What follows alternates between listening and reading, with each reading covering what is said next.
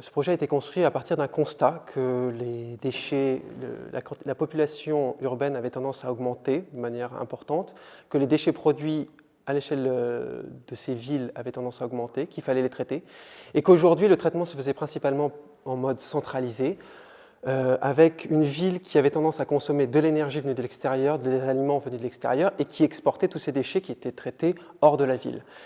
L'idée du projet décisif, c'est de changer cette approche, de voir un changement de paradigme afin d'avoir une approche beaucoup plus circulaire en mettant des unités de traitement beaucoup plus proches et décentralisées et pour traiter ces biodéchets à partir de la technique de méthanisation. Alors, ce projet européen donc, regroupe un consortium de 13 partenaires situés dans différents pays d'Europe. Ce projet donc repose sur le développement de 3 technologies bien particulières et nécessaires pour la mise en place d'un système décentralisé. Donc à la fois la microméthanisation, une microméthanisation que nous développons à IRSTEA, qui permet de traiter entre 50 et 200 tonnes par an, et par voie sèche.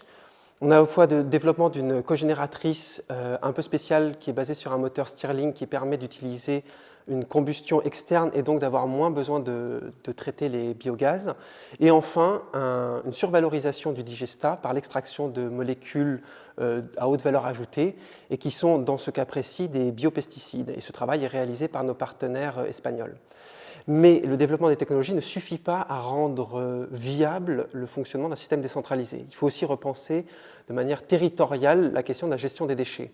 Donc c'est le travail que nous avons réalisé aussi en IRSTEA, c'est de se poser la question comment on peut organiser un système pour qu'il puisse marcher. Car qui dit décentralisé dit des petites unités situées à proximité des sources, mais aussi à proximité des zones où on va pouvoir exporter le digestat. Mais qui dit aussi décentralisé dit des petites unités, donc plusieurs unités. C'est-à-dire qu'il va falloir essayer de trouver la bonne combinaison, le bon nombre de petites unités pour couvrir les besoins d'un territoire de manière plus intéressante possible. Et donc l'efficacité globale du système est directement dépendante de la bonne localisation de ces unités. Et donc on a développé une méthode en 4 temps, avec d'abord une identification des sources de biodéchets, avec toute la difficulté d'être assez précis car on veut travailler à l'échelle du quartier, donc avoir cette définition précise. Déterminer où est-ce qu'on pourrait potentiellement installer les unités de microméthanisation en intégrant la réglementation, en intégrant les questions d'urbanisme, mais aussi d'accessibilité aux infrastructures, parce que si on se situe trop loin, ça ne pourra pas fonctionner. Et d'accessibilité aux lieux où on peut valoriser la chaleur, des petits bâtiments collectifs, des piscines, enfin, tous ces lieux où on peut valoriser la chaleur.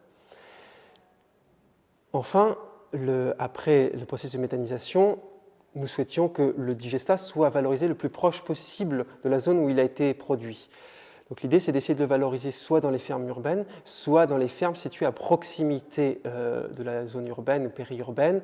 Ça peut être la ceinture maraîchère ou les fermes classiques situées en périphérie des villes. Donc on a fait un gros travail d'identification de ces zones-là et essayé de quantifier pour savoir quel était le potentiel de digestat qu'on pouvait épandre.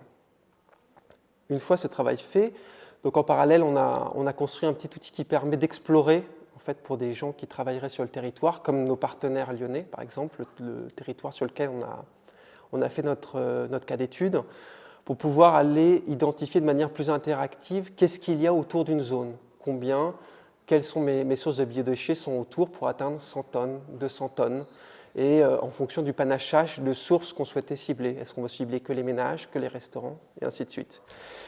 Mais le vrai intérêt de cet inventaire, c'est d'être valorisé dans la dernière étape, dans laquelle on cherche, à partir de tous les points qu'on a identifiés sur le territoire, quels sont ceux qu'on doit sélectionner pour arriver à un certain résultat ou une meilleure optimisation du système. C'est-à-dire qu'on a construit un programme d'optimisation qui est construit ainsi, on fixe une quantité que l'on souhaite récupérer, qui peut être exprimée en pourcentage du total de biodéchets générés, 10%, 20%.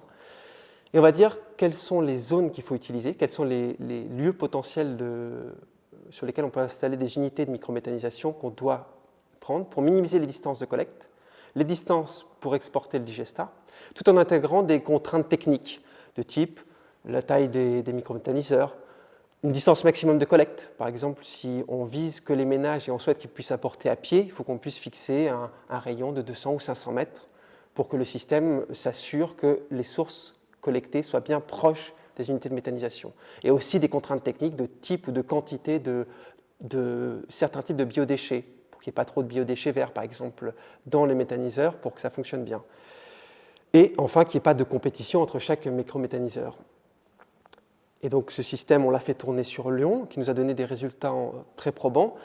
Et la force du système qu'on a mis en place, c'est d'être à la fois d'intégrer vraiment toutes les contraintes techniques qui sont exprimées dans le système d'optimisation, de pouvoir vraiment optimiser sur les deux distances, à la fois de collecte, mais aussi de valorisation de transport du digestat. Et enfin, il est flexible, on peut tester des scénarios, se dire si on veut utiliser que tel biodéchet, quelle distance, et on peut rajouter des contraintes qui nous correspondraient mieux à une certaine réalité ou à des nouveaux cas d'étude. Et enfin, c'est réplicable, c'est-à-dire que la méthode telle qu'elle a été conçue peut être assez facilement utilisée dans d'autres contextes, pour peu qu'on ait les données associées. Et donc là, c'est ce qu'on va faire prochainement pour le cas de Barcelone et probablement d'Hambourg.